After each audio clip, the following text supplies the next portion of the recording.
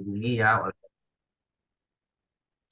Vena mengenai membahas gimana nih kalau di tahun politik gitu ya, apakah investasi menjadi seram atau seperti apa ya. Jadi saya coba mengelaborasi ya untuk memberikan suatu ya paling tidak beberapa hal ya. Karena memang kalau kita bicara banyak hal luas sekali, tetapi paling tidak ada beberapa hal yang mungkin bisa menjadi sudut pandang gitu bagi teman-teman, baik untuk perspektif ketika teman-teman mau berinvestasi atau bahkan berbisnis sehingga tahu di dalam dunia ekonomi kaitannya politik ya yang kali ini diwakili oleh pemilu Pilpres ya tahun 2024 ini dengan kondisi ekonomi seperti apa ya. Ini seperti ini kita mulai dulu ya dari dampak pemilu terhadap investasi ya. Jadi investasi ini nggak cuma kita bicara investasi di pasar modal, tapi secara keseluruhan. Investasi misalnya investor mau membangun pabrik ya, investor dari China misalnya mau bangun pabrik, investasi ke Indonesia, pastinya mereka akan melihat siapa yang menjadi pemangku jabatan. Ya, ketika ada perubahan, pastinya tentu mereka akan berpikir lah gitu. Nah, jadi ada tiga dampak utama ya dari pemilu terhadap investasi.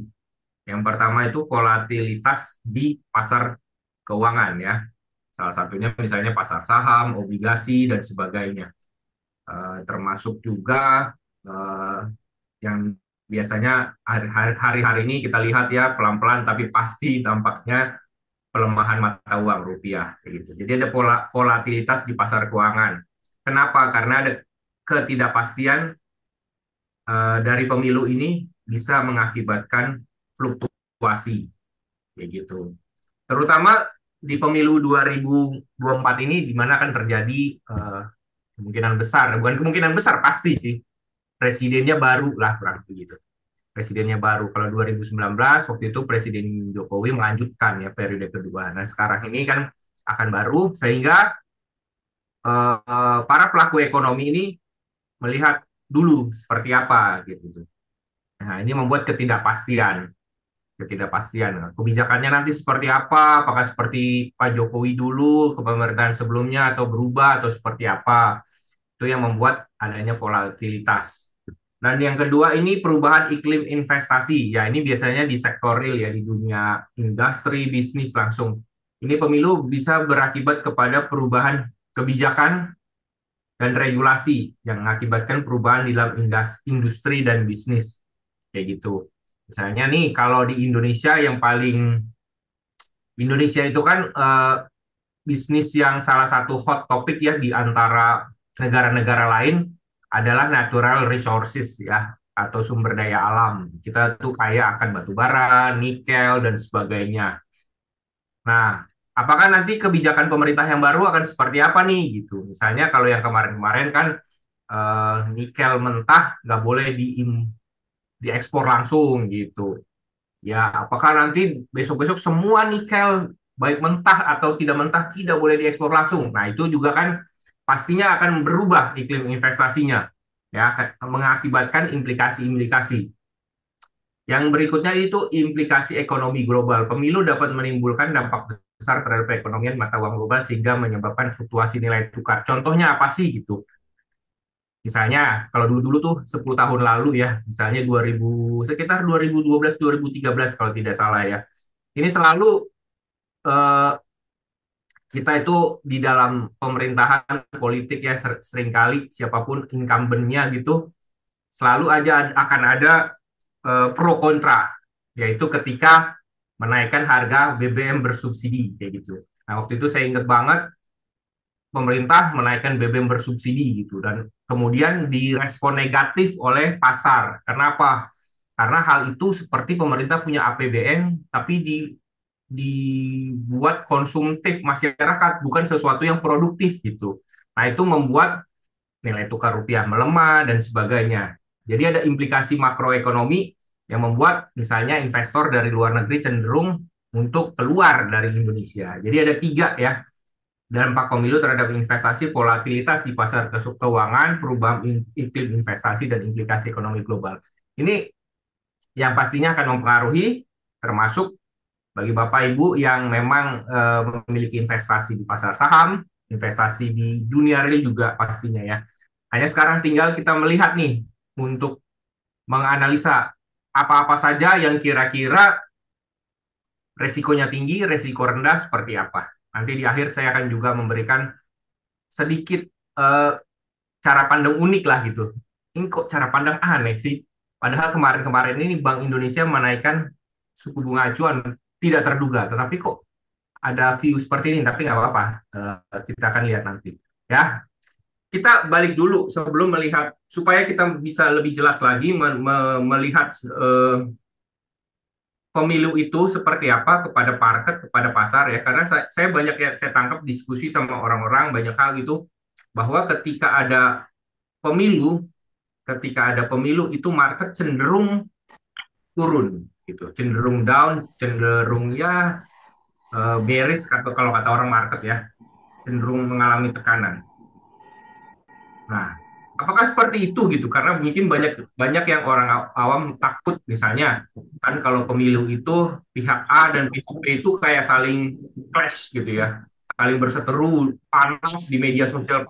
Kadang-kadang kalau kampanye ya ada satu dua kasus sehingga itu oh karena hal itu ya pasar turun. Oh karena hal itu ya IHSG turun. Oh karena hal itulah, karena misalnya dulu Jokowi dan Prabowo 2014. Oh karena hal itulah mungkin IHSG turun, rupiah melemah seperti itu.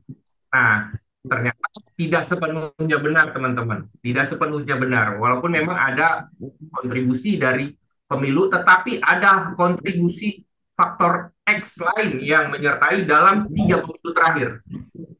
Ya, jadi ternyata di dalam 3 pemilu terakhir, pemilu 2009, waktu itu masih 2009 ini putaran kedua, jelang putaran kedua untuk Pak SBY.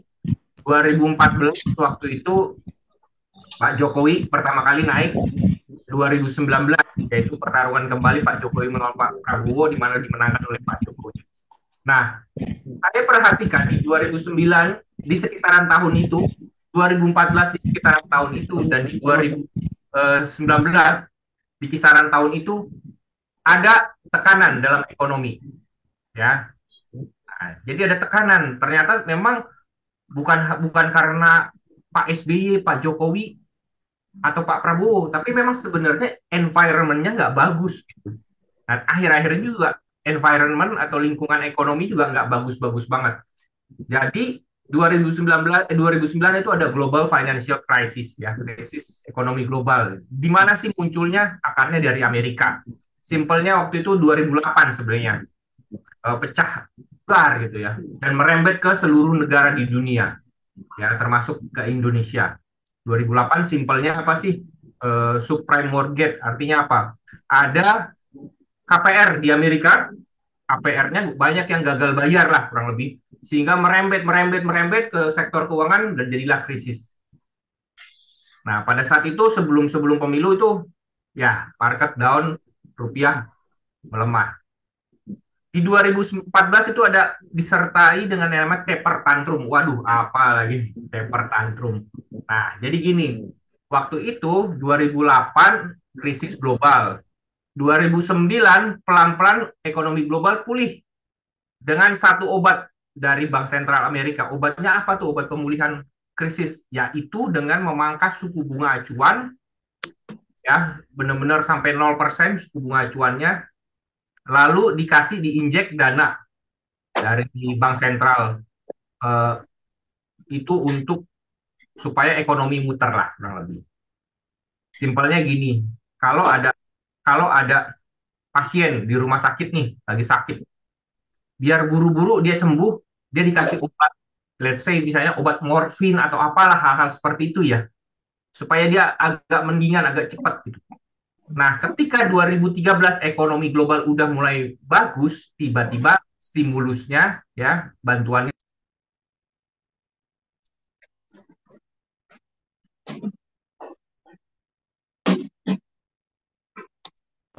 Suaranya Coach Rapon tertutup.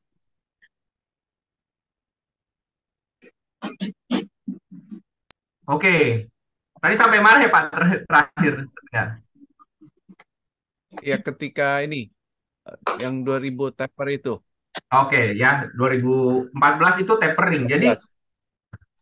waktu itu ketika ekonomi dunia sudah mulai pulih, ya suku bunga acuannya mulai dinaikin pelan-pelan gitu. Nah, itulah yang ditakutkan sehingga negara Indonesia, negara berkembang waktu itu masuk kategori namanya negara Fragile Five. Ada 5 mata uang terburuk di dunia termasuk rupiah. Itu menyertai itu 2013 sebelum pemilu gitu. Nah, di 2019 kalau teman-teman ingat, tahun sebelumnya 2018 ada yang cari gara-gara lagi yang namanya Presiden Donald Trump gitu. Dengan langsung frontal dia ngajak berantem sama China gitu. Oh, ini China menurut dia nggak boleh main sembarang ekspor ke Amerika produk ini ya. Langsung benar-benar mereka dikasih regulasi. Barang ini nggak boleh masuk, barang ini nggak boleh masuk gitu.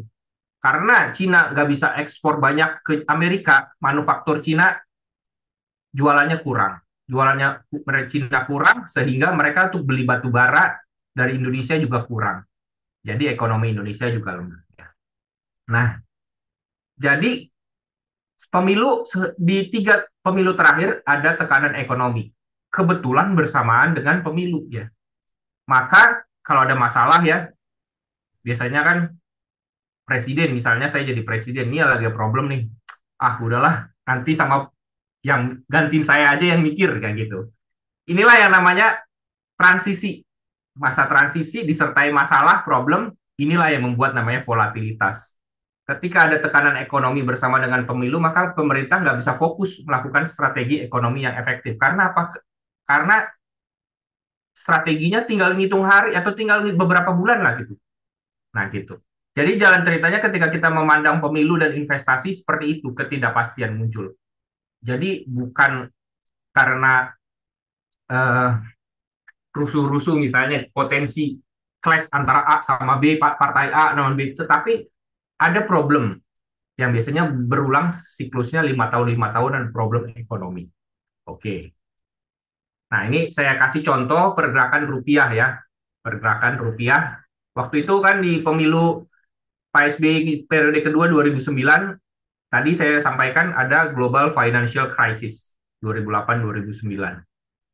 Nah, itu kita lihat ini rupiah itu waktu itu ya di 2008 stabil Januari sampai Oktober ya. Sama sih kondisinya seperti sekarang kan. 1 tahun sebelum pemilu. Rupiah pada saat itu masih 9 ribuan gitu. Sekarang udah 15-16 ribu. Nah, waktu itu rupiah 9.200-an. Stabil. Nah, di Oktober itu ya, berarti sama nih kayak bulan-bulan sekarang. Rupiah melemah tajam. Oktober terus dari 9.200 ke 12.000, 12.400 ya. Di atas 12.000 gitu.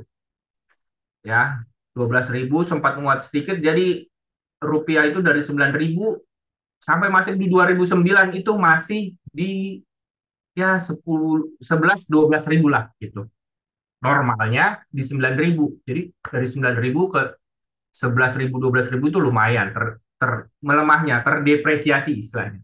Nah, itu baru di bulan April lah keluar pemilu dan ternyata setelah pemilu membaik, setelah pemilu membaik.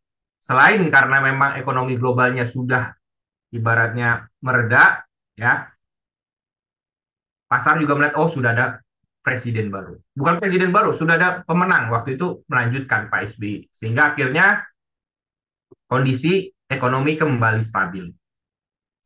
Nah, yang agak unik itu di tahun 2013, 2014. Tadi sudah saya ceritakan mengenai taper tantrum. Rupiah juga melemah. Nah, ini di 2013 awal itu sampai sekitar mungkin ya sama juga di bulan Juni, Juli ya.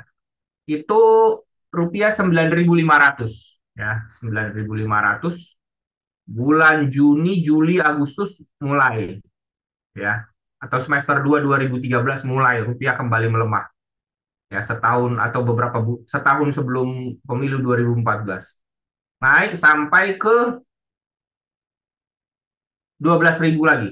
Ya, 11.500, 12.000. Jadi ngulangin cerita 2009. Normal 9.000, 6 bulan atau 1 semester sebelum pemilu naik lompat jadi 12.000. 9.000 ke 12.000. Lalu itu yang saya tandain pemilu tuh di bulan Juni.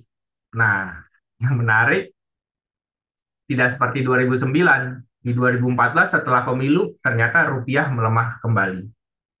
Wah, salahnya Pak Jokowi. Sekali lagi bukan politik, tapi saya menyajikan fakta. Karena memang pada saat itu tekanan yang tadi saya bilang taper tantrum itu kuat sekali pada saat itu. Jadi kondisi globalnya memang sangat-sangat kuat banget gitu. Sehingga terus sampai di 14.000 gitu. 14.000, 14, hampir 15.000 lah sampai 2015 gitu. Jadi di 2013, 2014 ya, 2014 setelah pemilu rupiah kembali melemah begitu. Oke, kemudian 2018-19 kita lihat lagi ya sebagai contoh perang dagang Amerika dan Cina. Ya, pemilu waktu itu 2019 dan ini kebetulan di 2018. Saya ingat tuh Januari ya, pokoknya Januari 2018 itu Presiden Donald Trump benar-benar mulai menekan China. Saat itu dari 13.200 sampai ke 15.200. Itu 2018 Januari ya, itu naik rupiahnya tuh melemah. Lalu pemilu 2019 April saat itu udah di 14.000 dan bagusnya terus ternyata setelah pemilu 2019 rupiah stabil. Rupiah stabil. Nah, kalau 2019 sama seperti 2009 gitu. Khusus anomali di 2015 karena memang tekanan yang namanya taper tantrum itu luar biasa banget gitu. Cuman mungkin 2020 kita udah tahu ya, kita nggak bisa bandingin apple to apple. Setelah itu ada COVID, artinya ya mau siapapun presidennya, atau siapapun pemerintahnya, COVID itu sesuatu yang sulit ya. Oke, nah jadi saya rekap dulu 3 pemilu terakhir. Pemilu 2009 diawali oleh Global Financial Crisis ya, dibayangi dengan tekanan itu. Setelah pemilu kondisi stabil rupiah ya. Ya. Ini kita nggak bicara kondisi sosial politik ya, tetapi bicara indikator-indikator ekonomi. Lalu di pemilu 2014 diawali atau dibayang-bayangi oleh kekhawatiran taper tantrum yang lama banget dari 2013 sampai 2015. Setelah pemilu kondisi rupiah masih melemah. Pemilu 2019 diawali oleh perang dagang Amerika-China yang berpengaruh sama Indonesia karena Indonesia adalah negara pengekspor batu bara ya, mempengaruhi juga demand-nya. Nah, setelah pemilu kondisi mulai stabil karena memang perang dagang Amerika Cina juga sudah mulai mereda sih di 2019 akhir lah gitu. Ya, tapi memang kita nggak bisa bandingin lagi karena ada faktor extraordinary tahun 2020 yaitu COVID. Oke. Lalu kalau kita lihat kondisi saat ini seperti apa sih ya, jelang pemilu 2024? Ternyata ada problem yang kurang lebih mirip-mirip sama seperti 2009, 13 sama 19. Yang pertama dari global tuh ada tekanan ya. Jadi sekarang itu kan 2023 itu kita itu di dunia ya di Amerika, Bank Sentral Amerika, termasuk Bank Indonesia, kita itu sudah menaikkan suku bunga berkali-kali ya, karena inflasi yang tinggi. Suku bunga udah tinggi. Cuman saat ini semua bertanya-tanya, kapan Bank Sentral Amerika akan selesai gitu. Kapan gitu. Kemarin September selesai, ya, nggak tahunya sampai Oktober, kayaknya masih ada satu lagi gitu. Nah itu tuh, itu yang membuat kapannya itu tuh yang membuat volatilitas pasar sehingga rupiah pun jadi melemah dan kemarin secara tak terduga ya di pekan ini Bank Indonesia menaikkan suku bunga acuannya gitu. Sebenarnya itu sesuatu yang bagus bagi market, bagi pasar keuangan karena dia Bank Indonesia mampu meredam lebih dahulu supaya jangan rupiah lebih melemah kayak gitu. Tetapi inilah yang membayangi kondisi saat ini, volatilitas. Kita nggak boleh mengabaikan hal ini. Kita nggak boleh mengabaikan hal ini. Ya, jadi kita tetap harus menanti kapan Bank Sentral Amerika selesai menaikkan suku bunga acuan. Kenapa kalau mereka sudah selesai dan memberikan tanda-tanda bahwa mereka akan berbalik arah menurunkan suku bunga acuan, maka potensinya aliran dana asing masuk secara deras ke Indonesia. Oke. Nah, dari domestik ternyata juga ada tekanan juga sebenarnya, ya. Jadi 2020 COVID, 2021 masih COVID, 2022 ekonomi dibuka. Ketika ekonomi dibuka, kembali Kalau pulih, pakai kamu nggak apa-apa. Ada yang sampein aja. kembali pulih.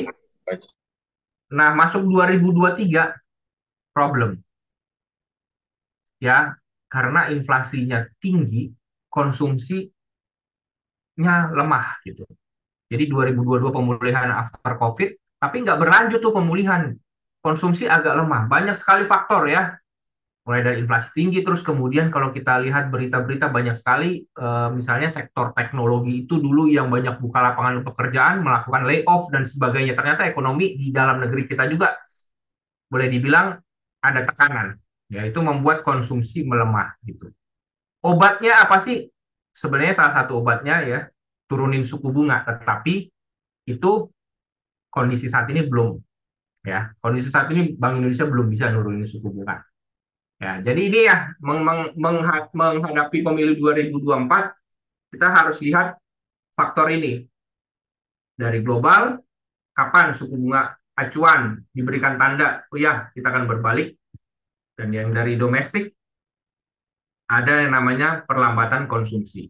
Ya, nah kalau tadi sempat ya di 2009 sampai 2000 sama 2019 setelah pemilu kondisi membaik.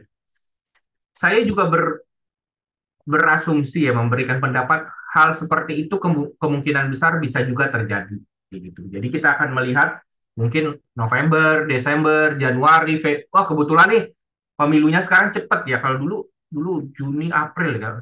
Kalau nggak salah ini saya cek lagi Februari kita untuk presidennya. Jadi kemungkinan eh, November, Desember, Januari itu 3 bulan ke depan akan ada volatilitas, akan ada goncangan-goncangan seperti itu lah gitu. Apalagi kalau teman-teman yang ikut di saham itu seperti itu, ya hari-hari kemarin tuh bank-bank ada yang melemah kayak gitu ya, goncangan-goncangan seperti itu. Nah, apakah kita panik atau apa? Tapi saran saya sih kita gunain manfaatkan ini kita lihat sebagai momentum peluang ya, sebagai taktik lah gitu, taktik saham. Walaupun kita tidak boleh mengabaikan tadi tekanan-tekanan yang terjadi saat ini. Nah, jadi saya melihat bahwa 3 bulan ini mungkin akan ada volatilitas. Nanti kemungkinan after pemilu kondisi lebih stabil dan ada potensi untuk pasar itu membaik. Ya, pertama, kenapa sih seperti itu? Kalau saya melihat ada potensi tekanan makroekonomi global di 2024 ya, itu akan lebih baik atau tekanannya mereda di 2024, terutama di semester 2 atau ya bulan Juni seperti itu. Kemungkinan ya di semester 2 2024 itu udah nggak ada lagi yang namanya suku bunga acuan naik ya. Mungkin 1 atau 2 kali di akhir 2023 atau di awal Januari mungkin bisa saja. Tetapi suku bunga acuan mereka ini juga udah tinggi loh sebenarnya kalau dilihat histori. Ruang bagi mereka tuh untuk naikin sampai yang lebay-lebay itu udah nggak ada sebenarnya. Ini tinggal menunggu turn around-nya saja kayak gitu. Nah, jadi saya melihatnya setelah pemilu kemungkinan besar The Fed atau Bank Sentral Amerika itu udah nggak akan ada kenaikan suku bunga lagi. Oke, kalau itu terjadi, kondisi ekonomi global setidaknya stabil. Tapi kita punya PR yang namanya konsumsi kita sedang downtrend. Konsumsi domestik kita sedang sedang melemah nih. Daya beli juga lemah ya karena inflasi tinggi kemarin-kemarin, tapi sekarang inflasi sudah mendingan. Tapi memang perlu booster. Nah, disinilah kemungkinan besar ya Bank Indonesia akan memberikan booster itu, yaitu mangkas suku bunga acuan. Ya, Yaitu nanti, tetapi itu setelah pemilu kemungkinan besar. Ya. Nah, oleh karena itu, saya melihat ada potensi. Ya, ini kita bicara jangka panjang ya, jangan langsung dibeli besok ini. Properti, terutama di segmen kelas menengah, kelas atas gitu. Karena kelas bawah lagi terkena dampak konsumsi, jadi ke kelas atas mungkin masih kuat ya. Ketika nanti suku bunga acuan dipangkas, mereka akan melakukan investasi pembelian properti di tengah tren suku bunga simpanan yang berpotensi turun. Ya, jadi itu kita bisa menggunakan strategi taktis itu, gitu. Jadi mungkin market akan volatile dalam 3 bulan ini. Nah, setelah pemilu, salah satu yang mungkin saya ekspektasikan untuk bergerak positif properti. Ini IHSG sebenarnya 2023 kita lihat ya. Ini 6.600 sama 6.950. Jadi sebenarnya IHSG itu menunggu sesuatu nih. Menunggu sesuatu yaitu pemangkasan suku bunga acuan yang mana memang saat ini belum ada. Ya, belum ada ruang. Tapi nanti setelah pemilu ya bisa. Ini pergerakan IDX properti ya. Jadi kalau 2021, 2022 mereka tuh melemah. Kalau batu bara dan segala macam itu udah naik. Ini salah satu sektor yang belum begitu naik ya. Dari 2022 mereka tuh masih di situ-situ aja, di situ-situ aja. Jadi punya potensi. Setelah mereka lepas dari sideways-nya ini ya, dari udah lama nih 2022, kemungkinan besar 2 tahun sideways ada potensi. Nah, yang beberapa yang menarik saya lihat juga emiten-emiten properti di segmen kelas atas nih ya. 2017 sampai 2021 downtrend. Nah, 2021 dia BSDE nih di situ-situ aja. Nah, jadi ada potensi. Lalu kemudian ini ada juga yang menarik CTRA. Sama, dari 2017, 2020, 2021, kemudian di situ-situ aja. Ya. Jadi ini ada potensi kalau saya lihat nanti di tahun depan. Oke. Salah satu lagi mungkin tambahan yang bisa dipertimbangkan yaitu di konstruksi. Ya, ini karena kan pasti akan ada debat dari capres dan saya masih belum begitu melihat ada sesuatu yang kayak misalnya Jokowi dulu langsung memberikan statement kebijakannya kan seperti ini yang benar-benar clear gitu. Oh, nah salah satu yang sekarang ketiga capres itu pasti setuju bahwa IKN akan dilanjutkan ya. Jadi konstruksi dapat katalis dari IKN yang mana kemungkinan besar di periode presiden berikutnya akan dilanjutkan. Dan kalau saya lihat juga pergerakan harga sahamnya itu tertekan tajam dan dari tahun ini pergerakannya cukup sideways ya. Jadi ini strategi taktikal ya untuk Adikarya ini tinggal menunggu waktu resisten 500-annya gitu. Ya ada potensi. Lalu ada PTPP juga yang menunggu ya ini udah dari 2023 itu dia di situ-situ aja ya. Jadi downtrendnya juga udah selesai tapi naiknya juga belum begitu banyak. Oke, itu aja mungkin dari saya kembalikan lagi kepada moderator. Terima kasih.